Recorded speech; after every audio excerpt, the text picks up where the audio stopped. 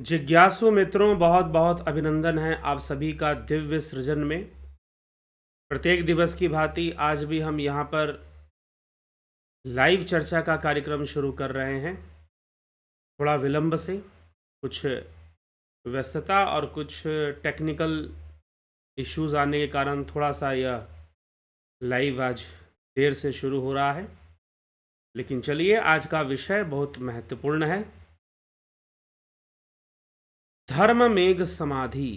यह धर्म मेघ समाधि क्या है, आज हम इस पर चर्चा करेंगे। पतंजलि योग सूत्र के चित्र रहस्य को कल हमने सुना, और आज जो है धर्म मेघ समाधि का रहस्य, इसको हम सुनेंगे। संबंधित विषय है, कोई उससे अलग विषय नहीं है। चित्त को समझाते हुए महर्षि पतंजलि ने यही कहा कि चित्त की अपनी सत्ता नहीं है, चित्त दृष्टा नहीं है, चित्त दृश्य है। जैसे कि विज्ञानवाद में लगभग चित्त को दृष्टा ही माना गया है, चित्त में ही संसार की सृष्टि मानी गई है। तो यहाँ पर दो तर्कों का खंडन महर्षि पतंजलि करते हुए दिखाई देते हैं। एक तो बाह्य जगत का अस्तित्व है, पंचभूतों का निर्माण होता है, विकसित होते हैं, तो इसलिए उनका अस्तित्व भी है। दूसरा कि चित्त आखिरी दृष्टा नहीं है, चित्त के पीछे चैतन्य है, जो उस चित्त के पीछे कार्य कर रहा है, जो उसको क्रियान्वित कर रहा है। वह चेतना शक्ति जिसको हम पुरुष कहते हैं, वह पुरुष है। तो चित्त का जो दृश्य है, चित्त जो भी दृश्य निर्मित करता है, इंद्रियों के कारण, पंच तन्मात्राओं के कारण, इंद्रियों के कारण, इंद्रिय अनुभूतियों के कारण, चित्त जो भी दृश्य निर्मित करता है, उस दृश्य का दृष्टा कौन है? उस दृश्य का दृष्टा पुरुष है। और चित्त, एक समय के लिए ऐसा भ्रम होता है कि चित्त ही दृष्टा है। एक समय के लिए ऐसा भ्रम होता है कि चित्त ही दृष्टा है, लेकिन यह भ्रम मात्र ही है। चित्त दृष्टा नहीं है, अपितु चित्त दृश्य है, और वह पुरुष का दृश्य है। इसी प्रकार से चित्त अपने भीतर अनेक वासनाओं को चित्रित करता है, अनेक वासनाओं को, अनेक दृश्यों को वो चित्रित करता है। इसी तथ्य को अगले सूत्र में महर्षि पतंजलि 24वें सूत्र में लिख रहे हैं, कह रहे हैं, तद संख्येव वासनाभिश्चित्रमपि परार्थम सहत्यकारित्वात्। सहत्यकारित्वात् कि वह चित्त असंख्य वासनाओं से चित्रित होने पर भी दूसरे अर्थात पुरुष के लिए है, अन्य के लिए है। तद संख्येय वासनाभिश्चित्रमपि परार्थम सहत्यकारित्वात्, असंख्य वासनाओं से चित्रित होने पर भी यह जो चित्त का दृश्य है, यह जो चित्र बन रहा है, यह जो दृश्य बन रहा है, यह किसी अन्य के लिए है। वो अन्य कौन है? पुरुष के लिए है। क्योंकि यह सहत्यकारी, संयुक्त होकर कार्य करने वाला है। मतलब चित्त का जो संपूर्ण एक्टिविटी है, वो क्या है? एक संगठन के रूप में कार्य करती है। सारी वासनाएं और सारी अनुभूतियों को चित्त क्या करता है? इंटीग्रेट कर देता है। आपको सारी अनुभूति समष्टि रूप में प्राप्त होती है, अलग अलग रूप में प्राप्त नहीं होती है। वो आपके, जैसे कि मान लीजिए कि आप फिल्म देख रहे हैं, तो फिल्म देख भी रहे हैं और सुन भी रहे हैं, दो काम एक साथ हो रहा है ना। और यहां पर दो इंद्रियां आपकी इन्वॉल्व हो रही हैं, आपकी आंखें इन्वॉल्व हो रही हैं, आपके कान भी इन्वॉल्व हो रहे हैं। तो ये दो इंद्रियां आपकी इसमें इन्वॉल्व हो रही हैं। तो जब ये दो इंद्रियां इन्वॉल्व हो रही हैं, तो दोनों को, वैसे दोनों एक साथ प्रस्फुटित हों, प्रकट हों, यह भी अनिवार्य है। लेकिन आप एक बात हमेशा ध्यान रखिएगा कि साउंड की मूवमेंट और लाइट की मूवमेंट में डिफरेंस होता है। दोनों एक गति से नहीं चलते हैं, दोनों कभी भी एक गति से नहीं चलते हैं। जो लाइट की जो स्पीड होती है वो ज्यादा होती है, साउंड की जो स्पीड होती है वो थोड़ी धीमी होती है। इसलिए जब भी बिजली गिरती है तो लाइटनिंग पहले हो जाएगी, आवाज बाद में सुनाई देगी। गड़गड़ाहट की जो आवाज है वो हमेशा आपको बाद में सुनाई देगी। लेकिन जब हम, जैसे कि आप ये वीडियो देख रहे हो, आप या मूवी देखते हो, तो आप आवाज और दृश्य को एक साथ पकड़ते हो, तो आपका चित्त इन दोनों को इंटीग्रेट कर देता है, दोनों को जोड़ देता है, सिंक्रोनाइज कर देता है। तो असंख्य अनुभूतियों को एक साथ प्रोसेस करने का, समझ लीजिए जो आपका चित्त है वो प्रोसेसर है। जो चित्त है वह क्या है, वो एक प्रोसेसर की तरह काम करता है। इसलिए कल भी मैंने चित्त का कॉन्सेप्ट क्लियर किया, अब इसको और बेहतर, यह सूत्र यही कह रहा है जो मैं अभी आपको बता रहा हूं कि असंख्य चित्रों को चित्रित करता है एक साथ और संयुक्त करके, संहत्यकारी, जो शब्द प्रयोग हुआ है संस्कृत में, महर्षि पतंजलि जो कह रहे हैं सहत्यकारी। सहत्यकारी मतलब, क्योंकि ये सहत्यकारी है, एक साथ सिंक्रोनाइज कर रहा है हर चीज को। ये चित्त जो है, आपकी जितनी भी एक्सपीरियंसेस हैं, तो असंख्य वासनाओं में तदसंख्येय वासनाभिश्चित्रमपि परार्थम सहत्यकारित्वात्, असंख्य वासनाओं को यह एक ही चित्त में चित्रित करता है और यह संहत्यकारी अर्थात संयुक्त होकर कार्य करने वाला। संयुक्त होकर मतलब इसके साथ इसके अंदर जो बुद्धि तत्व है, जो मन है, अहंकार है, सब मिलके काम करते हैं और प्रोसेस चलता है एक, प्रोसेस चलता है एक। तो यह जो प्रोसेस है फ्रैक्शन ऑफ सेकंड से भी कम में होता है, ठीक ना। क्षण, निमिष, अगर हम भारतीय समय गणना को देखें तो वो सेकंड के 10वें हिस्से में जाते हैं वो लोग, वहां तक काउंट किया गया है। एक दिन मुझे वीडियो ले आना है इसके ऊपर कि टाइम मैनेजमेंट जो है, समय को किस लेवल तक काउंट किया गया है भारतीय शास्त्रों में, सनातन धर्म के शास्त्रों में, ठीक है। टाइम को बहुत नीचे, सेकंड तो बहुत बड़ी चीज है, उसके सामने सेकंड तो बहुत बड़ी चीज है, सेकंड से भी नीचे निमिष है, क्षण है, और बहुत तरह के नाम दिए गए हैं, तो कभी हम जरूर उस पर चर्चा करेंगे। तो उससे भी कम समय में यह चित्त का प्रोसेसर काम कर जाता है, चित्त रूपी प्रोसेसर काम कर जाता है। सारी अनुभूतियों को, सारे चित्रों को वह एक जगह पर सिंक्रोनाइज करने की क्षमता रखता है, सारे अनुभूतियों को एक साथ वह ले आता है, ठीक है।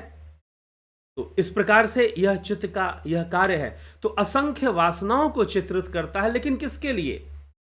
अपने लिए नहीं, किसी अन्य के लिए। वह अन्य कौन है भाई? वह अन्य है पुरुष, वह अन्य है पुरुष। तो पुरुष तत्व ही वह अन्य है जिसके लिए संपूर्ण प्रकृति कार्यरत है।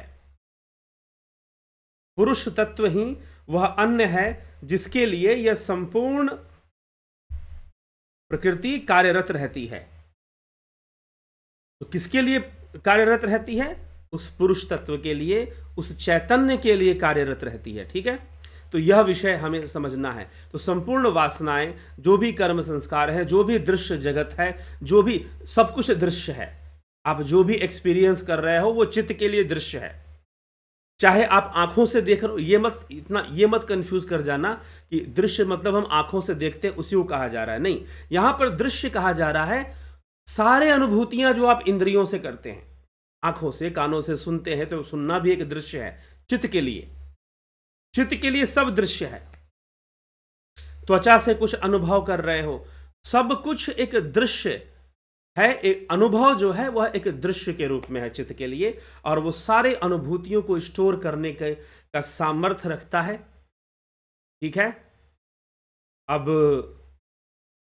सामर्थ्य रखता है, आपका रैम कितना मजबूत है भाई, रैंडम एक्सेस मेमोरी, कितना मेमोरी आप एक्सेस कर सकते हो, कितना फोकस आपका, जितना कंसंट्रेशन हाई होगा, फोकस जितना अच्छा होगा आपका, उतनी अधिक मेमोरी को आप एक्सेस कर सकते हो। और आपका फोकस अगर एक्स्ट्रा ऑर्डिनरी होगा तो पिछले जन्मों की मेमोरी को भी एक्सेस कर सकते हो। वो सब आपके चित्त में पड़ा हुआ है। लेकिन प्रश्न उठता है, अगर एक बार आपने एक्सेस कर लिया, मैं अपना व्यक्तिगत अनुभव बता रहा हूं, कुछ वर्षों पहले की बात है, हालांकि यह अनुभव बड़ा अलग है। मैंने जिद पकड़ लिया कि मुझे पीछे की चीजें जाननी है, देखनी है। जिद पकड़ लिया, एक हफ्ते तक ये जिद पकड़ा रहा, साधना भी करता रहा काफी। तो जब सोच लिया कि शायद मुझे पिछले चीजें नहीं दिखेंगी, लेकिन वो अचानक से दिखने लगी। किस अवस्था में दिखने लगी, कैसे, अभी मैं उस चीज को एक्सप्लेन नहीं करूंगा, ठीक है। लेकिन दिखने लगी, जिसको हम कह सकते हैं पिछले जन्मों की चीजें। ठीक, पूर्व जन्म की वस्तुएं दिखने लगी। अब बहुत सारी चीजें दिखने लगी। अब बहुत सारी चीजें दिखने लगी तो उसके बाद से आज तक कभी इच्छा नहीं हुई कि दोबारा से उन चीजों को जानने की कोशिश की जाए। ठीक है, ना ही जानो ना ही देखो तो बेहतर है, इससे कुछ नहीं होने वाला। अगर कुछ अच्छा देख गए तो व्यर्थ में अहंकार करोगे, कुछ होने वाला नहीं है। कुछ बुरा देख गए तो आपको लगेगा कि अरे भाई ये तो मैं तो बहुत बुरा आदमी था, या अच्छा ये था मैं, या वो था, ऐसे था। इसीलिए बुद्ध इस मामले में उपदेश देते हैं। एक बात ध्यान रखिएगा, जितने भी सनातन धर्म की में जितने भी दर्शन हैं, भारतीय दर्शन में, नास्तिक हो चाहे आस्तिक हो, चारवाक को छोड़कर, लोकायत को छोड़कर, सभी पुनर्जन्म में बहुत मजबूती से विश्वास करते हैं। चाहे बौद्ध हो, चाहे जैन हो, चाहे वेदांती, तो चलो षड दर्शन में तो सब करते ही हैं, लेकिन सभी पुनर्जन्म में बहुत मजबूती से विश्वास करते हैं। तो यह धारणा वहां पर मिलती है सभी दार्शनिक विचारधाराओं में। तो ये हमें, तो इसीलिए आप अपना अभ्यास कितना कर सकते हो, कितनी साधना को आगे बढ़ा सकते हो, कितना योग मार्ग पर चल सकते हो, वर्तमान में आपको कर्म करना पड़ेगा। कितना कर सकते हो, करना ही पड़ेगा, क्योंकि भगवान कृष्ण कहते हैं कि तुम जो भी करोगे वो नष्ट नहीं होगा। अगर तुम ये सोचते हो, कुछ लोग कहते हैं कि अरे इस जन्म में हम ये काम कर लेते हैं, अगले जन्म में योग कर लेंगे, अगले जन्म में मोक्ष को प्राप्त कर लेंगे, अगले जन्म में मुक्ति को प्राप्त कर लेंगे, तो तुम्हें जीरो से शुरू करना पड़ेगा। तुम्हें जीरो से शुरू करना पड़ेगा। अभी शुरू कर दो, और जितनी ताकत लगा सकते हो लगा लो।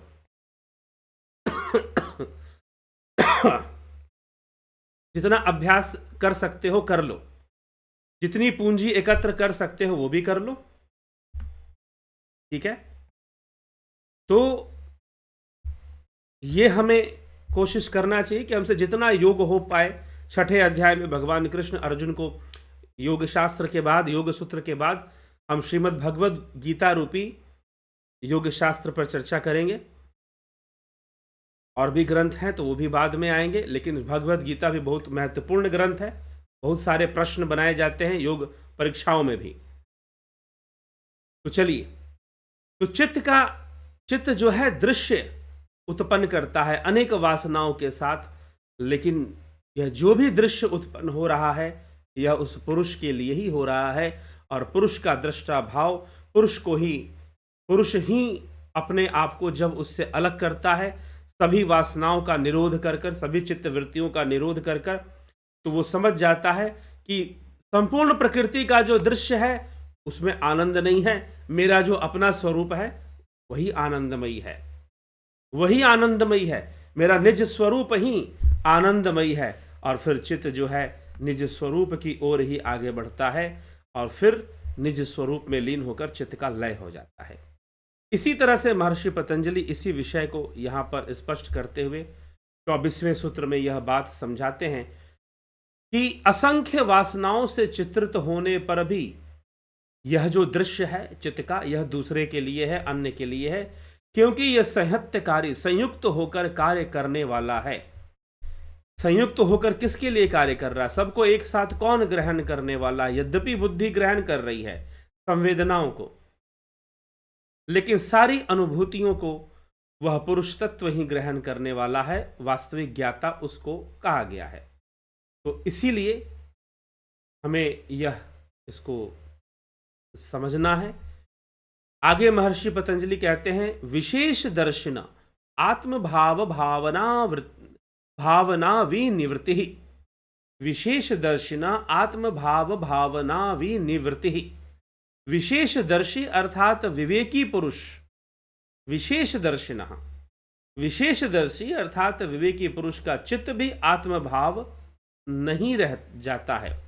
विवेक बल से योगी जान लेते हैं कि पुरुष चित्त नहीं है, यह विवेक है। विशेष दर्शिना, विशेष दर्शी, जो विशेष दर्शी अर्थात जिसको विवेक प्राप्त है। विवेक किसको प्राप्त है?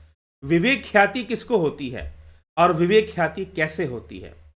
प्रकृति और पुरुष का भिन्न भिन्न ज्ञान होने से ही विवेक ख्याति होती है।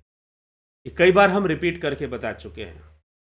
प्रकृति और पुरुष, दृष्टा और दृश्य का भिन्न भिन्न ज्ञान होने से ही विवेक ख्याति होती है।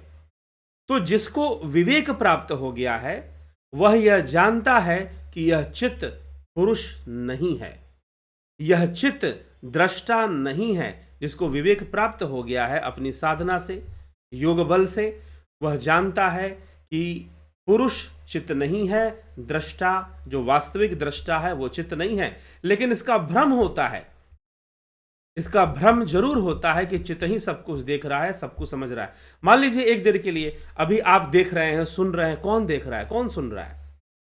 आपका चित्त। निश्चय ही सारा डाटा कलेक्शन कौन कर रहा है? आपके अंदर इंद्रियों के माध्यम से हो रहा है। आप वीडियो देख रहे हैं, कानों से सुन भी रहे हैं, तो कौन देख रहा है और कौन सुन रहा है? चित्त ही तो देख रहा है, चित्त ही तो सुन रहा है, चित्त ही तो सारा डाटा कलेक्शन कर रहा है। सारा इंफॉर्मेशन जो हमारी इनपुट डिवाइसेस है, इनपुट डिवाइसेस क्या है? हमारी ज्ञानेंद्रियां हैं। हमारा कान है, आंख है, त्वचा है। तो आप आंख से देख रहे हैं, कान से सुन रहे हैं, तो ये जो डाटा कलेक्शन है ये सारा चित्त ही तो कर रहा है। लेकिन वास्तव में चित्त क्रियाशील है, इसका कारण पुरुष तत्व है, चैतन्य है। वही चित्त को क्रियाशील कर देता है और चित्त सारा डाटा कलेक्शन करता है। और उस चित्त में देखने वाला भी पुरुष है, दृष्टा भी पुरुष है। ठीक, दृष्टा भी पुरुष है। तो मात्र वह दृष्टा मात्र है, उसको दृष्टा भी ना कहकर दृष्टा मात्र सिर्फ कहते हैं। कहने का मतलब और कुछ नहीं कर रहा वो, सारा बाकी जितना भी खेल है प्रकृति का ही चल रहा है वास्तव में। चित्त के वशीभूत ही आपकी चॉइसेस फिक्स हो रही हैं, ये अच्छा है, ये बुरा है, ये बात सही है, ये बात गलत है। उचित में जो भी डाटा है और जो भी प्रोसेस चल रहा है मन बुद्धि अहंकार का, वही निश्चय कर रहे हैं कि हाँ भाई ये बात सही लग रही है, जो समझाया जा रहा है वो सही लग रही है। ठीक है, तो यह सब हमें खुद से इसको समझते हुए चलना है। तो चित्त ये सारी चीजों को संयुक्त कर देता है और वास्तविक दृष्टा तो पुरुष है, जिसको विवेक ख्याति प्राप्त है, जिसको विवेक प्राप्त है, वह यह बात भली भांति जानता है कि वास्तविक दृष्टा चित्त नहीं है। तच्छिद्रेषु 27वें सूत्र में महर्षि पतंजलि कहते हैं, तच्छिद्रेषु प्रत्ययांतराणि संस्कारेभ्यः, तच्छिद्रेषु प्रत्ययांतराणि संस्कारेभ्यः। सूत्रों में क्या है कि कई बार सारे के सारे जो इसमें वर्ड्स होते हैं वो संधि कर कर एक लाइन में लिख दिया जाता है, क्योंकि ये पुराना संस्कृत है। यह समझ लीजिए कि वैदिक काल से लगभग कुछ समय बाद का ही संस्कृत रहा है योग सूत्र का। तो यह है, इसमें विवेक चूड़ामणि जो लिखी गई काफ़ी बाद में आई, लगभग सातवीं शताब्दी में। और पतंजलि के जो ग्रंथ हैं वो ईशा पूर्व के हैं। कुछ लोग इसको 300 ईशा पूर्व मानते हैं, कुछ लोग इसको 100 वर्ष ईशा पूर्व, जब शुंग वंश की स्थापना हुई थी उस समय पतंजलि का माना जाता है, तो उससे भी पतंजलि को कई बार मानते हैं। तो ये सब इस ढंग से कई पुस्तकों में विच्छेद करके भी लिख दिया जाता है, लेकिन व्यास भाष्य में ऐसा नहीं है। तच्छिद्रेषु प्रत्यय अंतराणि संस्कारेभ्यः, उसके विघ्न स्वरूप बीच बीच में जो अन्यान्य ज्ञान उत्पन्न होते हैं वे संस्कारों से आते हैं। ठीक है, वो संस्कारों से आते हैं। अब देखिए, अब यहां पर कहा जा रहा है कि विवेक प्राप्ति हो गई, विवेक प्राप्ति हो गई साधक को, योगी को। जिसको विवेक प्राप्ति हुई वह कौन है? वह योगी है। जिसको विवेक प्राप्ति हो गई वह कौन है? वह योगी है। अब योगी को विवेक प्राप्ति हो चुकी है, वो जान चुका है कि प्रकृति भिन्न है और पुरुष भिन्न है। जब वो जान चुका है, लेकिन फिर भी संस्कारों के कारण, चित्त में संस्कार हैं, तो अन्य जो चित्त जनित, जो प्रकृति जनित जो ज्ञान है, वो उसके साधना में विघ्न रूप में भी आते रहते हैं, प्रकट होते रहते हैं। ठीक है, तो उसके विघ्न स्वरूप बीच बीच में जो अन्यान्य ज्ञान उत्पन्न होते हैं वो संस्कारों से, चित्त में नहीं तो संस्कारों से आते रहते हैं। ठीक है, तो अब ऐसा समझिए कि जैसे कि सुख चाहिए हमको, तो सुखी रहने के लिए किसी बाहरी वस्तु की आवश्यकता है। ऐसा विश्वास आपको पैदा करने वाले हमारे मन में भाव हैं, है कि नहीं? हमारे मन में संस्कार हैं कि भाई हम सुखी कब होंगे, जब अच्छा धन होगा, अच्छा घर, सारी चीजें होंगी तो हम बहुत सुखी होंगे। तो ऐसे संस्कार बने हुए हैं, तो ऐसे संस्कारों की विवेक ख्याति हो चुकी है। ये समझ में आ गया है कि पुरुष प्रकृति ये दो चीजें हैं, और जो है दृष्टा और दृश्य में भिन्नता है। अब यहां पर दृष्टा और दृश्य में भिन्नता है, तो इस भिन्नता की बात तो समझ में आ चुकी है, लेकिन चित्त में तो संस्कार है ही। अभी अभी संस्कारों का निरोध कहां हुआ है? ठीक है, तो संस्कारों का निरोध नहीं हुआ है। तो ऐसा निरोध ना होने के कारण एक ज्ञान हो गया है आपको। यहां पर आत्मज्ञान की स्थिति मानी जाती है जब आपको यह भली भांति समझ में आ जाए कि दृष्टा और दृश्य ये दोनों अलग अलग हैं। चित्त को दृष्टा मानने से यह संशय हो जाएगा कि भाई दोनों एक हो रहे हैं, फिर तो यह दोनों ही अलग अलग हैं, ऐसा विवेक लाभ आपको हो चुका है। तो लेकिन आपके संस्कारों में अभी भी सुख का भाव बना हुआ है, और आपको ऐसा लगता है कि सांसारिक चीजें जरूरी हैं सुख के लिए। तो यह भावनाएं, यह जो यह एक विक्षेप आता है, बार बार बाधा आता है। चित्त विक्षेप के बारे में पहले भी महर्षि पतंजलि ने चर्चा हम कर चुके हैं। तो पुरुष स्वभाव से सुख स्वरूप और आनंद स्वरूप है, पर यह ज्ञान पूर्व संस्कारों से ढका हुआ है। वास्तव में जो पुरुष है वो स्वभाव से सुख स्वरूप और आनंद स्वरूप है। और सच बताऊं, मैं ऐसा नहीं कि मैंने बहुत अनुभव कर लिया है। योग तो एक सागर है, इसमें कितना गोता लगाओगे, कितना गहराई लगाओगे, लेकिन यह जो आनंद है ये कैसा होता है? एक बार ऐसी अवस्था जहां पर चित्त वृत्तियां निरोध, और आपको ऐसा लगने लगे जैसे कि आप शून्य में जा रहे हो। आपका संपूर्ण अस्तित्व एक अवस्था आती है जहां पर आपको अपने शरीर और इंद्रियों का अनुभव नहीं होता। वो मैं नहीं कह रहा, उस अवस्था की बात नहीं कर रहा मैं यहां पर, जी नहीं। यहां पर ऐसा अनुभव होना शुरू हो जाता है जैसे आप डिसॉल्व हो रहे हो। आपकी एग्जिस्टेंस ही शून्य में जा रही है, आप हो ही नहीं। आपकी श्वासें बिल्कुल रुक चुकी होती हैं उस अवस्था में, आपकी श्वासें बिल्कुल रुक चुकी होती हैं। ऐसी अवस्था में आप बिल्कुल डिसॉल्व हो रहे हो। मैं अपने अनुभव से ये बात बता रहा हूं। आप बिल्कुल डिसॉल्व हो रहे हो, आप अपना अस्तित्व खो रहे हो। पहले मैंने इस तरह की अनुभूति के बारे में सिर्फ पढ़ा था और भूल गया था। स्वामी विवेकानंद जी ने एक बार ऐसी अनुभूति के बारे में बताया जब रामकृष्ण परमहंस ने उनको छुआ। तो आप डिसॉल्व हो रहे हो आप, और यह मेरे साथ जो यह घटना घटी, यह नाद ध्यान में, नाद का ध्यान करते हुए ऐसा होना शुरू हो गया। तो वो जो आनंद था वो ऐसा कोई आनंद नहीं था, वो समझ लीजिए कि फ्लड ऑफ आनंद था। वो आनंद का बाढ़ होता है। पुरुष तत्व का अनुभव आनंद का बाढ़ होता है, आनंद का वेव होता है वो, ठीक ना? वो आनंद का वेव की तरह आता है। लेकिन फिर चित्त विक्षेप होगा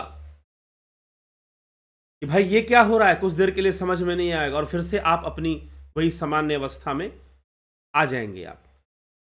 तो वो आनंद नहीं होता, वो आनंद का बाढ़ होता है। क्योंकि बिल्कुल विवेकी से नो कॉम्प्रोमाइज, योगी को नो कॉम्प्रोमाइज मुद्दे पे चलना पड़ता है, ठीक ना? जबरदस्ती आनंद का प्रदर्शन नहीं हो सकता, जबरदस्ती आनंद की बातें नहीं हो सकती। कई लोग बहुत छोटी मोटी बातों को ही बड़ा आनंद बता रहे होते हैं, लेकिन सच पूछो तो वो आनंद जो है संसार के आनंद के सामने नहीं टिक पाता है। लेकिन ऐसा आनंद जहां आपको ये प्रमाण मिल जाए, ये प्रूफ मिल जाए कि हां ऐसा आनंद होता है जिसका कंपैरिजन नहीं किया जा सकता किसी भी सांसारिक आनंद से। ये एक्सपीरियंस में आना चाहिए, ये बातों में नहीं होना चाहिए, ये मात्र प्रवचन में नहीं होना चाहिए, यह अनुभव में आना चाहिए। चाहे कितना भी भजन गा लो, चाहे कितना भी सत्संग कर लो, कितना भी प्रवचन कर लो, कितना भी कुछ कर लो, ये वाला जो आनंद है वो अलग ही है। इसी को रामकृष्ण परमहंस ने परमानंद कहा। इसलिए रामकृष्ण परमहंस ने डिवाइड कर दिया था, एक होता है विषयानंद, एक होता है भजनानंद, एक होता है परमानंद। ठाकुर ने कहा कि ये 3 प्रकार के आनंद हैं। विषयानंद तो चलो संसार का, भजनानंद, भजनानंद जो भजन कीर्तन में जो तुम आनंद ले रहे हो, कथा सुनने में, प्रवचन करने में, आनंदित हो रहे हो, सुन रहे हो और भजन सुनने में आनंदित हो रहे हो, तर्कों से आनंदित हो रहे हो, लेकिन एक परमानंद जो है मात्र जो समाधि में जाकर ही, समाधि के स्पर्श से ही संभव है, तो उसी से मात्र संभव है। तो वैसा आनंद की अनुभूति होना, यद्यपि यह आनंद पूर्णावस्था नहीं है, यह आनंदानुगत समाधि महर्षि पतंजलि से कहते हैं, यह पीछे की अवस्था है। यह संप्रज्ञात है, असंप्रज्ञात नहीं। असंप्रज्ञात तो आनंद से भी परे, निर्बीज कैवल्य। लेकिन जब हम पूरी तरह से डिस्कनेक्ट होते हैं और जब हमारा चित्त लय हो रहा होता है, लय की अवस्था में, जैसे कि एकदम लय हो रहा है, डिसॉल्व हो रहा है, ऐसी अवस्था में, तो उस समय फ्लड ऑफ आनंद आता, आनंद की बाढ़ आती है एक तरह से। ठीक है, आनंद की बाढ़ आनी शुरू हो जाती है, बाढ़ की तरह आनंद वहां महसूस होता है। तो इस तरह से ये बताया गया है। तो महर्षि पतंजलि यहां पर यही कह रहे हैं कि हमारे अंदर जो संस्कार है वह यह है कि हमें सुखी होने के लिए बाहरी वस्तुओं की आवश्यकता है। ठीक है, पर यह ज्ञान और साथ ही साथ पुरुष और प्रकृति का भिन्न भिन्न ज्ञान भी हो चुका है, विवेक भी प्राप्त हो चुका है। ठीक है, मतलब पुरुष तत्व का भी एक अनुभव योगी के पास है, लेकिन फिर भी कभी कभी सांसारिक बाधा विक्षेप जो है उसके मार्ग में आएगा। ऐसा नहीं कि नहीं आएगा, ऐसा नहीं है कि नहीं आएगा, वो जरूर आएगा। क्योंकि देखिए, महर्षि पतंजलि का जो उद्देश्य है वो हर व्यक्ति के लिए योग सुलभ करना है, कि तुम हर बारीकी को समझो, हर बारीकी को समझो। लेकिन दुर्भाग्यपूर्ण है कि योग की बारीकियां आजकल के जो आश्रम में जो गुरुजी लोग बैठे हैं वो नहीं समझाते हैं, वो नहीं समझाते हैं। वो सिर्फ अपने शिष्य समाज पर थोपते हैं और शिष्य समाज को एक सुपीरियरिटी कॉम्प्लेक्स दे देते हैं कि भाई तुम्हारे पिछले जन्मों के बहुत बड़े पुण्य थे। अब आम आदमी बेचारा वो इस भावना से उसको कभी मिलता नहीं है, एक सामाजिकता नहीं मिलती, और ज़्यादातर लोग नौकरी चाकरी वाले लोग ज़्यादा होते हैं, तो नौकरी चाकरी में उनको कहीं ना कहीं एक ऐसे माहौल में कि उनको एक मन में आवश्यकता होती है कि हमको कहीं पर थोड़ा सा अच्छे से व्यवहार मिले, सम्मान मिले, हमको अच्छा फील हो अपने जीवन में। तो उनको एक अच्छा फीलिंग हो जाता है, सुपीरियरिटी कॉम्प्लेक्स आ जाती है कि भाई हमारे पिछले जन्मों के बहुत बड़े पुण्य थे तभी हम जुड़े हैं गुरुजी से। और गुरुजी तो अंतर्यामी है, सब जानते हैं। गुरुजी तरह तरह के शिष्यों के अनुभव सुनवाकर शिष्य के मन में डाल ही देते हैं कि हम अंतर्यामी हैं, हो चाहे ना हो वो अलग बात है। तो अब शिष्य समाज एक सुपीरियरिटी कॉम्प्लेक्स में आ जाता है कि हम क्या हैं, हम बहुत बड़े वो हैं, और गुरु अपना सिस्टम, अपनी आज्ञा और थोपना, उसमें फिर एक दूसरे टाइप का मानसिक शोषण भी शुरू हो जाता है। शिष्य समाज का एक दूसरे टाइप का एक मानसिक शोषण भी शुरू हो जाता है, और कभी भी योग की बारीकियां उन्हें नहीं समझाई जाएंगी। और अगर किसी ने कुछ जानने की कोशिश की, कुछ शास्त्र सम्मत जानने की कोशिश की, तो सारा शिष्य समाज उसे घोषित करेगा कि यह तो संशयग्रस्त हो गया है। ठीक है, यह संशयग्रस्त हो गया है और इसको, हाय राम, इसको गुरु पे संशय हो गया है। इस तरह का दुष्प्रचार करना ये लोग शुरू कर देते हैं। तो फिर वो बेचारा भुक्तभोगी हो जाता है। कई आश्रमों में कुछ ऐसे लोग भी मुझको मिले जो इस प्रकार के भुक्तभोगी हैं। तो अब जो है यह समस्या आ जाती है, और जो बारीकियां हैं शिव सूत्र और योग सूत्र की, वो हमें समझ में नहीं आती हैं। तो यह बहुत प्रैक्टिकल सी बातें हैं। योग सूत्र इसीलिए महर्षि पतंजलि समझा रहे हैं, और शिव सूत्र में और अच्छे से इसको समझाया गया कि भाई तुरिया अवस्था प्राप्त कर लोगे, फिर भी तुम वहां से भी तुम्हारा पतन संभव है, वहां से भी गिरोगे, लेकिन अब तुमको रास्ता पता है। अच्छी बात क्या है कि गिरने के बाद भी तुमको रास्ता पता है, तुम उस पथ के नए पथिक नहीं हो, तुम सब जानते हो, तुम कर लोगे, और तुम फिर से कर लेते हो। इस तरह से योगी को योग के प्रयास में निरंतर लगे रहना चाहिए। यह संभव है कि ऐसी अवस्था में जहां पर प्रकृति और पुरुष का भिन्न भिन्न ज्ञान हो चुका है, विवेक ज्ञान। एक बात ध्यान रखिएगा, वेदांत शास्त्र में, अद्वैत शास्त्र में आत्मज्ञान की अवस्था क्या बताई गई है? आत्मज्ञान की अवस्था बताई गई है आत्मा और ब्रह्म का एकत्व बोध होना। मैं ही ब्रह्म हूं, मैं ही चैतन्य हूं, ऐसा अनुभव होना आत्मज्ञान। योग सूत्र में आत्मज्ञान की अवस्था है प्रकृति और पुरुष का, दृष्टा और दृश्य का भिन्न भिन्न ज्ञान होना। तुम्हें यह ज्ञान हो जाए कि दृष्टा अलग है, दृश्य अलग है, और वास्तविक दृश्य कौन है? चित्त। चित्त ही वास्तविक दृश्य है। जब वास्तविक दृश्य और दृष्टा के बीच का भेद जब समझ में आ जाए और तुम जान लो, अपनी साधना से जान लो कि दो चीजें यहां पर हैं, एक यह जड़ प्रकृति है और एक दूसरी चेतन सत्ता है। मेरा जो वास्तविक स्वरूप है वो चेतन सत्ता है। पुरुष ही मेरा निज स्वरूप है, चैतन्य ही मेरा निज स्वरूप है। मैं चैतन्य रूप हूं। मैं मात्र जो है इस शरीर में और प्रकृति में संसर्गित होकर इसका अनुभव कर रहा हूं, संबंध बनाकर मैं इसका अनुभव कर रहा हूं संसार का। लेकिन मैं चैतन्य स्वरूप हूं और मुझे अपने निज स्वरूप को प्राप्त होना है। यही योग का लक्ष्य है। तद्द्रष्टु स्वरूपे अवस्था नाम, अपने स्वरूप की अवस्था को प्राप्त हो जाना, निज स्वरूप को प्राप्त हो जाना। तो मैं पुरुष रूप हूं, मैं चैतन्य स्वरूप हूं, मुझे ऐसी अवस्था को प्राप्त करना है। यह उद्देश्य लेकर योग होता है और मुझे चैतन्य में शुद्ध चैतन्य बन जाना है, जहां कोई प्रकृति का संबंध नहीं होगा। शुद्ध चैतन्य मुझे बन जाना है और ऐसा लक्ष्य लेकर योग साधना होती है। और जब पहले तो आपको पता ही नहीं है कि प्रकृति और पुरुष दो अलग चीजें काम कर रही हैं, चेतना और यह जो जड़ प्रकृति है, यह दो अलग चीजें काम कर रही हैं। चित्त में दोनों का संगम है, दोनों का समन्वय है, दोनों का संसर्ग चित्त में है। कहां पर है? चित्त में है। ठीक, तो चित्त में दोनों का संसर्ग है, दोनों का संबंध है।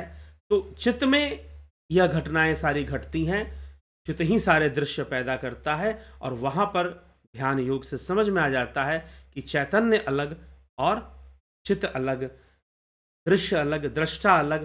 तो ऐसा ज्ञान हो जाना आत्मज्ञान है। लेकिन ऐसा विवेक होने पर भी सांसारिक संस्कार खत्म नहीं होते। योगी को अभी लंबी यात्रा करनी पड़ती है, इसमें कोई संशय नहीं है। लेकिन जब योगी इन सांसारिक व्यवहारों को, इन वृत्तियों को निरोध कर देता है, जो विवेक ख्याति होने पर भी आती रहती हैं, विक्षेप रूप में प्रकट होती रहती हैं, जब उनका निरोध कर देता है, हान में शाम क्लेश वदुक्तम, जिन उपायों से क्लेशों के नाश की बात कही गई है, इनको भी ठीक उन्हीं उपायों से नष्ट करना होगा। मतलब कि विवेक ख्याति हो गई है, आप जान चुके हो ये दृश्य है, ये दृष्टा है, और आप कर लेते हो, वृत्तियों को नियंत्रित कर लेते हो। लेकिन फिर भी वृत्तियां आप पर हावी होती हैं।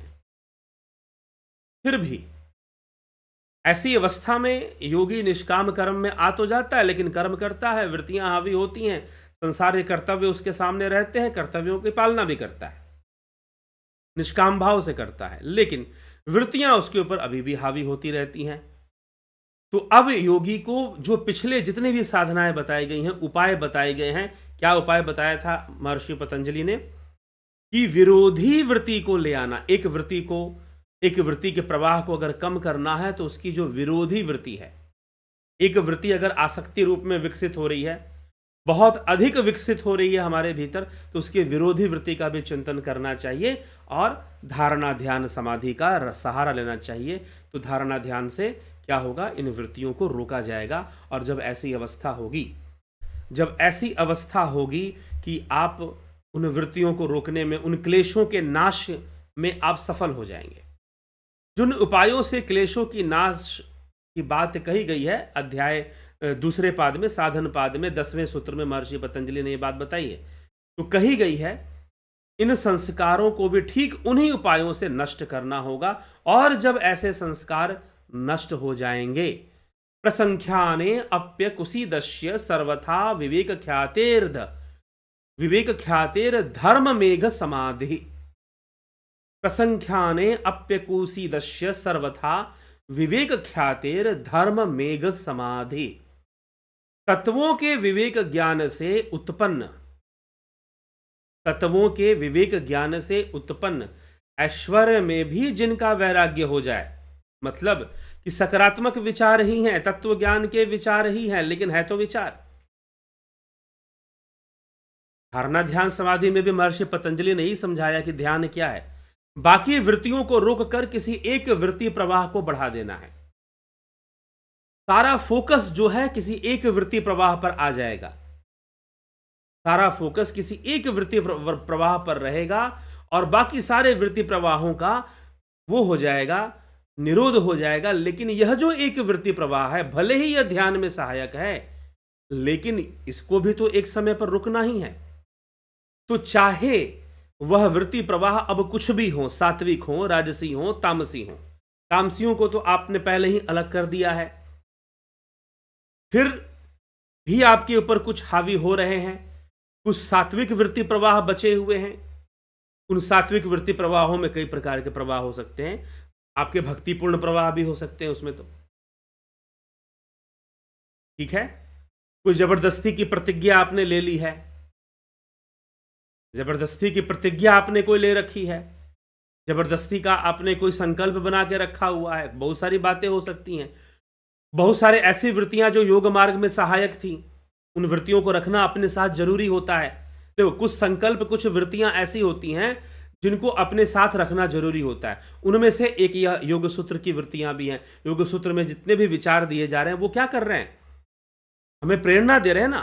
तो कई बार ऐसी वृत्तियों को हम निरंतर अपनी पुनरावृत्ति में रखते हैं जिससे कि हमें योग मार्ग पर सहायता मिलती रहे, तो वो वृत्तियां भी रह जाती हैं। तो उन सभी वृत्तियों का भी अब निरोध कर देना है, वो भी नहीं बचनी चाहिए। और जो दूसरी सांसारिक सुख की लालसा तो है, आ जाती है सांसारिक, उनको भी रोक देना है। तो जब ये सारा समाधान हो जाएगा, जब इन सबका समाधान हो जाएगा, उन सभी वृत्तियों को भी रोक दिया जाएगा, विवेक ख्याति की अवस्था में, यहां पर विशेष रूप से कहा जा रहा है, विवेक ख्याति की अवस्था में आने वाले जो वृत्ति संस्कार आपके ऊपर जो हावी हो जाते हैं, उनका भी बाध कर देने से, उनको भी बंधन कर देने से, उनको भी रोक देने से क्या होगा, धर्म मेघ समाधि हो जाएगी। धर्म मेघ समाधि यहां पर हो जाएगी। यहां धर्म की स्थापना आपके भीतर हो जाएगी। उस सनातन धर्म, वह चैतन्य, वह चेतना, वह पुरुष जो सनातन है, वह चेतना, वह चैतन्य, वह पुरुष जो सनातन है, ठीक, वह चेतना, वह चैतन्य, वह पुरुष जो सनातन है, वो स्थापित होगा, वही मात्र बचेगा। तो सनातन धर्म होगा, धर्म मेघ समाधि वहां पर हो जाएगी, वहां पर धर्म मेघ समाधि वहां पर हो जाएगी। लेकिन अभी भी चित्त की जटिलता पूरी तरह से खत्म नहीं हुई है, लेकिन फिर भी उसका प्रवाह रुक गया है। तो अब कहते हैं, एक कहावत है, बकरे की अम्मा कब तक खैर मनाएगी। ये चित्त भी बेचारा कब तक खैर मनाएगा, ठीक है। जब सारी वृत्तियां ही नहीं रहेंगी तो ये कब तक जिंदा रहेगा, ये चित्त कब तक बना रहेगा, ठीक। वो भी लय की अवस्था में चला जाएगा, और लय की अवस्था में चला जाएगा तो उसकी लय की अवस्था में जाने से कैवल्य होगा। चित्त के लय के अवस्था में जाने से कैवल्य होगा, ठीक। इसकी सारा साम्राज्य, इसके जितना भी खानदान था, मन बुद्धि अहंकार और विचार, इंद्रियां, तन्मात्राएं, पंचभूत, ये किसका खानदान है, सब चित्त का है। चित्त ही माता है जिसने सबको पैदा करके रखा था। इस मामले में सांख्य, योग और बौद्ध एक जैसी बातें करते हैं। बस ये है कि बौद्ध का जो विज्ञानवाद है वो चित्त पर रुक जाता है, और चित्त अशून्यवाद जो है चित्त से आगे शून्य की सत्ता बताता है। सांख्य दर्शन चित्त से आगे पुरुष की सत्ता बताता है कि पुरुष है। ये सही सही से समझेंगे तो आपको बौद्ध विचारधारा भी बहुत अच्छे से समझ में आ जाएगी। कुछ भी नहीं है, कुछ भी नहीं है भैया। बुद्ध यहीं जन्म लिए, दूसरी चीज़ कहाँ से लेकर आ जाएंगे, कोई नई बात कहाँ से लेके आ जाएंगे, ये सोचना चाहिए। लेकिन कई बार मैं आजकल देखता हूं कि कुछ गलत प्रचार किया जाता है बौद्ध धर्म के नाम पर, बुद्ध के नाम पर राजनीति अब तक राम के नाम पर चल रही थी, जो कि लगभग समाप्त है। राम जी वाली राजनीति, राम मंदिर, अब जो है बुद्ध के नाम पर भी लोग राजनीति कर लेना चाहते हैं। लेकिन अगर जनता जागरूक हो जाए, उन्हें सही सही ज्ञान हो जाए, बौद्ध दर्शन की समझ बन जाए, और साथ ही साथ शास्त्रों का ज्ञान हो जाए, कोशिश है कि सरल से सरल करके, ताकि सरलता से एक व्यक्ति जो बहुत अध्ययनशील नहीं है, बहुत पढ़ा लिखा नहीं है, वो भी सरल भाषा में इन बातों को समझ ले, जो हमारे शास्त्र, षड दर्शन शास्त्र समझाते हैं या बौद्ध दर्शन समझ लेंगे, तो कोई नेता आपको बेवकूफ नहीं बना पाएगा, कोई नेता आपको मूर्ख नहीं बना पाएगा बुद्ध के नाम पर, राम के नाम पर। और सनातन धर्म तभी बलवान होगा, यही महर्षि दयानंद सरस्वती ने कहा था, ठीक, कि मात्र वैदिक उत्थान से ही, शास्त्रों के उत्थान से ही हम भारत का सही आधुनिकरण कर पाएंगे। इसलिए आधुनिकरण करना है, आधुनिक होना जरूरी है, मॉडर्न होना जरूरी है। लेकिन what is the definition of modern? क्या हम, मॉडर्न का मतलब क्या है? महर्षि जो अरविंदो थे, श्री अरविंदो, उनके लिए मॉडर्निटी, व्हाट इज मॉडर्निटी, आधुनिकता क्या है? यू आर मॉडर्न और नॉट मॉडर्न। आजकल लोग मॉडर्न होना चाहते हैं, आधुनिक होना चाहते हैं, लेकिन मॉडर्न होने का अर्थ क्या है? मॉडर्न होने का मतलब है कीप इवॉल्विंग, अपने आप को हमेशा इवॉल्व करो, अपने आप को विकसित करने में लगे रहो, यही आधुनिकता है। ये नहीं कि आप कुछ नए जमाने के कुछ कपड़े पहन लेंगे, कुछ स्मार्टफोन आप यूज कर लेंगे तो आप मॉडर्न हो जाएंगे, ऐसी बात नहीं। लेकिन अगर आप अंधविश्वासी हैं, मॉडर्न सेप्टिकल आउटलुक, स्वामी विवेकानंद ने कहा कि आधुनिक अंधविश्वासों का प्रचार होगा, और आज है आधुनिक अंधविश्वास। उन आधुनिक अंधविश्वासों से बचना है और सही मायनों में हमें आधुनिक बनना चाहिए, यही महर्षि दयानंद सरस्वती का भी कहना था। तो हम अपनी योग साधना, जब हम अपने उसको जानेंगे, अपने सही से शास्त्रों को, धर्म को समझेंगे, तो यह जो नेता वर्ग है लोकतंत्र में, जो मूर्ख बनाने की, जो टोपी पहनाने की जनता को जो षड्यंत्र चलता है, जाति के नाम पे, धर्म के नाम पे, तरह तरह की बातों पर, वो टोपी पहनाना, कई नाम पर टोपी पहनाया जाता है, खैर अलग बात है, लेकिन धर्म एक बहुत बड़ा हिस्सा है उसका। धर्म एक बहुत बड़ा हिस्सा है राजनीति के अंदर, जिसके नाम पर जनता को भ्रमित करने का प्रयास किया जाता है। तो जितना हमें ज्ञान होगा, जितना व्यवस्थित ज्ञान होगा, धर्म का जितना ज्ञान होगा, उतनी हमारी समझ विकसित होगी, और उतना हम टोपी पहनने से बचेंगे, और एक बहुत ही अच्छे राष्ट्र का निर्माण, शक्तिशाली राष्ट्र का निर्माण, भारत के हर जनता, हर राज्य की जनता जान ले कि उसकी सनातन संस्कृति क्या है, सनातन दर्शन क्या है, सनातन वैदिक दर्शन क्या है, सब जान जाएंगे। जितनी भी राजनीति है, चाहे क्षेत्र के नाम पर चलती हो, चाहे भाषा के नाम पर चलती हो, सब सारे, कोई फॉर्मूला फिर काम नहीं आएगा, ठीक है? चाहे जातिवाद के नाम पर चलती हो, कोई फॉर्मूला फिर काम नहीं आएगा। मात्र सनातन धर्म का ही एक संगठन होगा, वही संगठित रूप से कार्य कर पाएगा। तो चलिए, ठीक है, यही हमको समझना है और इसी ओर हमें आगे बढ़ना है। इसीलिए समझना जरूरी है, समझना हर विषय को जरूरी है, शास्त्रों को समझना जरूरी है। जितना सरल ढंग से हो सके उतना प्रयास किया जा रहा है। आप सब भी इसमें सहयोगी बने रहें, जुड़े रहें, बने रहें, लाभ उठाते रहें। तो चलिए, धर्म मेघ समाधि हो गई। विवेक ख्याति के बाद भी जो वासनाओं का प्रवाह आता है, उन वासनाओं का भी पिछले बताए हुए उपाय से, मतलब अष्टांग योग के उपाय से और अन्य उपायों से जो महर्षि पतंजलि ने बताए, उनका निरोध कर देने से धर्म मेघ समाधि हो जाती है। यह धर्म मेघ समाधि के बारे में महर्षि पतंजलि कह रहे हैं। आगे जो है, हमें इस विषय को समझकर अब आगे बढ़ना है। योग सूत्र लगभग समाप्त हो रहा है, 1 या 2 व्याख्यान में निश्चय ही समाप्त हो जाएगा। उसके बाद हम अन्य भी कई ग्रंथ हैं, उनकी भी चर्चा हम आगे बढ़ते हुए क्रम में आगे करेंगे। तो उसमें महत्वपूर्ण जो है श्रीमद् भगवद गीता ही अपने आप में एक योग शास्त्र है। श्रीमद् भगवद गीता एक योग शास्त्र है। तो हम सांख्य आधारित है। देखो, जहां भी सांख्य की चर्चा आएगी वहां पर योग की चर्चा अपने आप आ जाएगी। ठीक है। तो भगवद गीता सांख्य आधारित ग्रंथ है और वेदांत की स्थापना होती है उसमें। उपनिषदिक विचारधारा भी है भगवद गीता में, सांख्य विचारधारा भी है। हालांकि इस उपनिषदों की विचारधारा में ही सांख्य विचारधारा भी मिल जाती है। तो हम जो है इसको समझें और श्रीमद् भगवद गीता पर भी एक चर्चा शुरू होगी। लेकिन श्रीमद् भगवद गीता में सामाजिक माहौल क्या बना हुआ है, उन सारी बातों को लेते हुए, ताकि समाज में भी परिवर्तन आना चाहिए, समाज को भी समझना चाहिए कि गीता क्या है। चलिए, तो अभी कुछ सूत्र बचे हुए हैं कैवल्यपाद के अंतर्गत।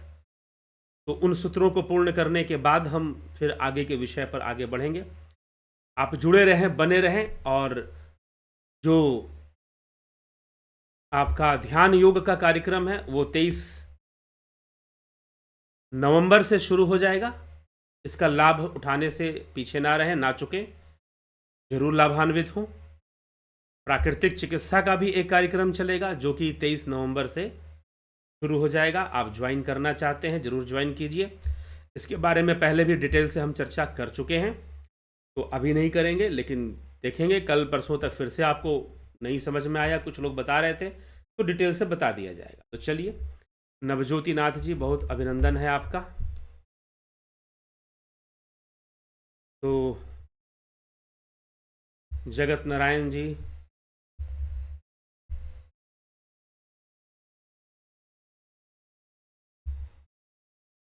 कमलेश खैरनर जी, राजू पाल जी, शंकर प्रसाद जी, निशांत, अवधेश कुमार, बबीता धीमान, अनिमेश महतो, रूपलाल विश्वकर्मा, खुशी सिंह, सन मेंबरशिप में कंठकूप ध्यान, नाभि ध्यान, हृदय ध्यान, विपश्यना ध्यान, कुंडलिनी ध्यान, कूर्म नाड़ी ध्यान आदि का अभ्यास कराया जाता है क्या? विपश्यना ध्यान तो बौद्ध साधना है और ध्यान योग देखिए कराया जाता है। लगभग ये जितनी भी आप विधियां यहाँ पर नाम लिखे हुए बस नाम हैं। कई तो इसमें ऐसा है कि दो नाम हो जाते हैं एक ही चीज के लिए। अब जो है कंठकूप में ध्यान, नाभि ध्यान, हृदय ध्यान क्या होता है भाई बताइए? विपश्यना ध्यान, कुंडलिनी ध्यान, कूर्म नाड़ी ध्यान आदि का अभ्यास कराया जाता है क्या? काफ़ी अभ्यास होता है इसमें। मैं शांभवी मुद्रा, वज्रोली मुद्रा, योनि त्राटक धारणा, त्राटक नेति, विक्रम सिंह जी, विक्रम सिंह, सतीश कुमार, नरसाराम प्रजापत, पांडुरंग वराले, शिखर शर्मा, दया रानी। सीधा एक बात समझ लीजिए कि जो योग शास्त्र है, अनुसंधान की बात करते हैं। नादानुसंधान क्या हो? नादानुसंधान कराया जाता है, ठीक है। और ध्यान करने के लिए जो हठ योग की जितनी क्रियाएं हैं, और यह बात एक बार बता जा चुकी है, नहीं तो हम कहते कि भाई हठ योग भी सिखा रहे हैं। हम हठ योग की बात नहीं करते, ध्यान योग हाँ, लेकिन ध्यान योग करने के लिए भी कुछ हठ योग का महत्व है। तो जिन हठ योग में वो क्रियाएं जिनका ध्यान योग में महत्व है, वो क्रियाएं ध्यान योग के कोर्स में करवाई जाती हैं, ठीक है। वो क्रियाएं ध्यान योग के कोर्स में करवाई जाती हैं। बाकी जो षटकर्म के अंदर या शोधन क्रियाएं में जो आती हैं, या फिर आसन के अंदर जो कई प्रकार के आसन आते हैं, वो सारे ध्यान योग के कोर्स में नहीं करवाए जाते। ये तो खुद समझना चाहिए कि ये ध्यान योग का कोर्स है पूछने वाले को। जब नाम ही ध्यान योग है कोर्स का, तो अब क्या सोचना है? खुद से समझो ना कि भाई ध्यान योग लिखा जा रहा है, योगासन नहीं लिखा जा रहा है कि आओ योग सीख लो, यह भी नहीं कहा जा रहा है। कहा जा रहा है ध्यान योग सीख लो। इसमें नादा अनुसंधान कराया जाता है, ठीक है। हठ योग ग्रंथ में जो है नादा अनुसंधान की चर्चा है, तो इसमें नादा अनुसंधान कराया जाता है। चलिए, गोविंद प्रसाद नीमा जी, विष्णु चंद्र मौर्य, विनोद के सूद, अजय नागरे, सीताराम माली, सुहास राणे, अर्जन भाई चौहान, पंकज सोनी, विक्रम सिंह, सतीश कुमार, नरसाराम प्रजापत, पांडुरंग वराले, शिखर शर्मा, दया रानी जी, श्वेता राय सिन्हा, बलवंत सिंह गोहिल, ए.के. त्यागी जी, रूपलाल यादव जी। आगे के मैसेज शायद चैट डिस्कनेक्ट हो गया था इसलिए नहीं है, कोई बात नहीं, आपने किए होंगे लेकिन यहाँ पर मुझे रिफ्लेक्ट नहीं हो रहे हैं मैसेजेस। ऐसा हो जाता है कई बार, टेक्निकल इशू है। मैंने पहले ही कहा था कि आज कार्यक्रम शुरू करने के पहले कुछ टेक्निकल प्रॉब्लम आ गया था, ठीक है। तो यह विषय है। जो भी एक आपका प्रश्न है, आप ध्यान योग का कोर्स करना चाहते हैं तो आप निश्चय ही आप संपर्क करें और उसके बारे में पूछें 9661802459। और यह ध्यान योग बड़ा बड़ा मोटे अक्षर में लिखा हुआ है, ध्यान योग, ध्यान योग, ठीक है। तो यह विषय है, ध्यान योग का यह विषय है। प्राकृतिक चिकित्सा का कोर्स, इसमें शोधन की क्रियाएं हैं। प्राकृतिक चिकित्सा का सिद्धांत ही डिटॉक्सिफिकेशन है, इसलिए पहले ही मैंने प्राकृतिक, किसी ने बहुत अच्छा मुझे कहा था कि आप प्राकृतिक चिकित्सा के सिद्धांतों पर वीडियोस बना दीजिए, तो सिद्धांतों पर हमने वीडियोस बनाया था। अभी कुछ दिन पहले सिद्धांतों की चर्चा हमने की थी, कैवल्यपाद शुरू करने के पहले, तो सिद्धांतों पर चर्चा की थी। प्राकृतिक चिकित्सा के सिद्धांत किस पर काम करते हैं, सबसे बड़ा रोग क्या है, एक ही रोग है, और वह क्या है, विजातीय द्रव्य। प्राकृतिक चिकित्सा में एक ही निदान है कि विजातीय द्रव्य को शरीर से बाहर निकालो। अब शरीर से बाहर निकालने के अलग अलग टेक्निक्स हैं, वही प्राकृतिक चिकित्सा है, जो अलग अलग टेक्निक्स शरीर से विजातीय द्रव्य को बाहर निकालने के लिए, टॉक्सिक एलिमेंट्स या मटेरियल जो आपकी बॉडी में, उसको बाहर निकालने के लिए जो टेक्निक्स यूज की जाती हैं, वही प्राकृतिक चिकित्सा की टेक्निक होती हैं। खुद से भी आप कर सकते हैं बहुत सारी टेक्निक्स, या किसी एक्सपर्ट से थोड़ा बहुत सीख लें तो उससे भी हो जाएगा। तो ये सारी चीजें हैं, तो इसीलिए प्राकृतिक चिकित्सा का ये कोर्स है, इसको ज्वाइन कर लें। आपके शरीर के लिए, स्वास्थ्य के लिए बहुत ही अच्छा है। और कोई भी बीमारी अगर होती भी है तो बहुत जल्दी ठीक होती है, अगर हम टॉक्सिक मटेरियल को अपनी बॉडी से बाहर निकालते रहेंगे तो। प्राकृतिक चिकित्सा, इसका आविष्कारक कोई नहीं होता है, ये ध्यान रखिएगा। लेकिन एक बेनेडिक्ट लस्ट करके एक जर्मन डॉक्टर थे, उन्होंने ऐसे चिकित्साओं को, जबकि कहते हैं कि एलोपैथी के जो बहुत सारे डॉक्टर थे, उन्होंने देखा कि एलोपैथी बीमारियों को दबाती है बल्कि ठीक नहीं करती है। तो इस कारण से उन्होंने प्राकृतिक चिकित्सा को कलेक्शन करना शुरू कर दिया।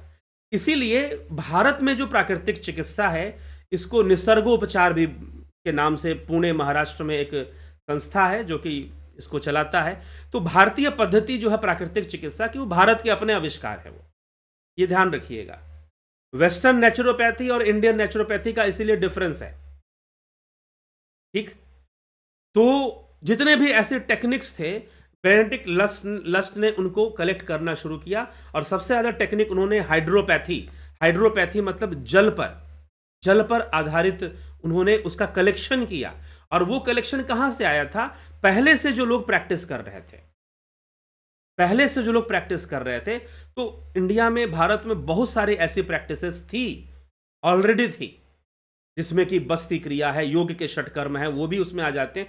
लेकिन प्राकृतिक चिकित्सा का उद्देश्य ये होता है कि ऐसी क्रियाएं जिनको सरलता से किया जा सकता है, यानी कि उसके लिए बहुत शरीर को कष्ट पहुंचाना पड़े या दिक्कत हो, सरलता से किया जा सकता है। वैसे षटकर्म की जो क्रियाएं हैं वो सरल ही हैं, लेकिन प्रारंभ में कठिन लगती हैं। जैसे कि सूत्र नेति आदि क्रियाएं हैं, बहुत कठिन क्रिया नहीं है, लेकिन प्रारंभ में थोड़ा कठिन लगता है जिसने कभी नहीं किया, ठीक है। सूत्र नेति आदि क्रियाएं किया जा सकता है, कोई भी कर सकता है, शुरुआत में थोड़ा कठिन लगता है। तो ये सब सारी जो क्रियाएं हैं, ये शोधन की क्रियाएं हैं, शोधन होना चाहिए शरीर का, टॉक्सिक मटेरियल बाहर निकलना चाहिए। तो प्राकृतिक चिकित्सा इसी बात पर फोकस करता है। तो भारत में उसका एक बृहत रूप मिलता है। क्यों मिलता है? क्योंकि पहले से यहाँ पर बहुत सारी क्रियाएं लोगों के प्रैक्टिस में थी। और यह जो मेडिकल बिजनेस चलता है बीमारियों के नाम पर, हमारे साथ खेला जाता है। वैक्सीन्स के नाम पर एक कोल्ड वार पूरे वर्ल्ड में चलता रहा, भले हम उसको ना आम आदमी ना समझ रहे हों, लेकिन अभी शायद कोई उस पर कोई वैक्सीन वॉर करके कोई फिल्म भी बनाई जा रही है भारत के अंदर।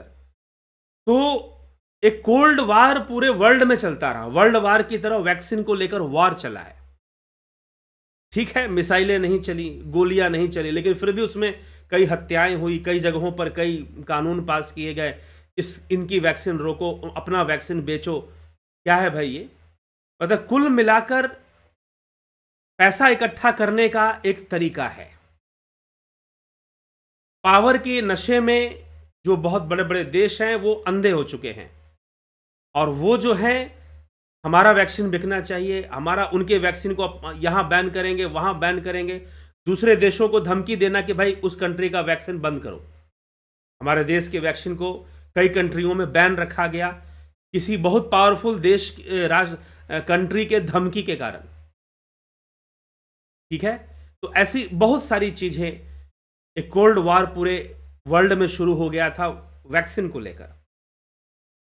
प्राकृतिक चिकित्सा अपनाओ, आयुर्वेद को समझो, योग को समझो, अपने आप को स्वस्थ रखो, बहुत जरूरी है हमारे अपने जीवन के लिए, मन की शांति के लिए, मोक्ष प्राप्ति के लिए, जीवन के लक्ष्य के लिए, जीवन को बेहतर ढंग से जीने के लिए योग साधना, ध्यान, योग तो हमें चाहिए ही चाहिए, लेकिन ये सब भी सारे बहुत जरूरी है, जिससे कि हम इन सभी चीज़ों से भी अपने आप को हम बचा लें। जितनी हो सके हमें एलोपैथी पर, दवाइयों पर, वैक्सीन्स पर, इंजेक्शंस पर कम से कम डिपेंड रहना पड़े, उतना बढ़िया है। विकल्प हमारे सामने बहुत सारे हैं, ऐसी बात नहीं कि विकल्प नहीं है। नेचुरोपैथी है, आयुर्वेद है, होम्योपैथी भी है, फार बेटर देन जो है वो है एलोपैथी है। तो होम्योपैथी है, इस तरह के कई तरह के पैथी हैं, एक्यूप्रेशर है। हम अपना उनका ज्ञान बढ़ाएं, सही ज्ञान बढ़ाएं, सही चीज़ें जानें। भविष्य में निश्चय ही एक्यूप्रेशर से संबंधित भी कुछ किया जाएगा, बताया जाएगा, और सूचनाएं आपको मिलती रहेंगी इससे संबंधित जो भी आएगा। तो चलिए अभी जो है हम इसको विराम देंगे, और कल फिर मिलेंगे 9 बजे लाइव चर्चा में। योग सूत्र के आखिरी व्याख्यान संभवतः होगा, या सेकंड लास्ट होगा या लास्ट होगा। चलिए इसी के साथ विराम देते हैं। आप सभी का बहुत बहुत आभार।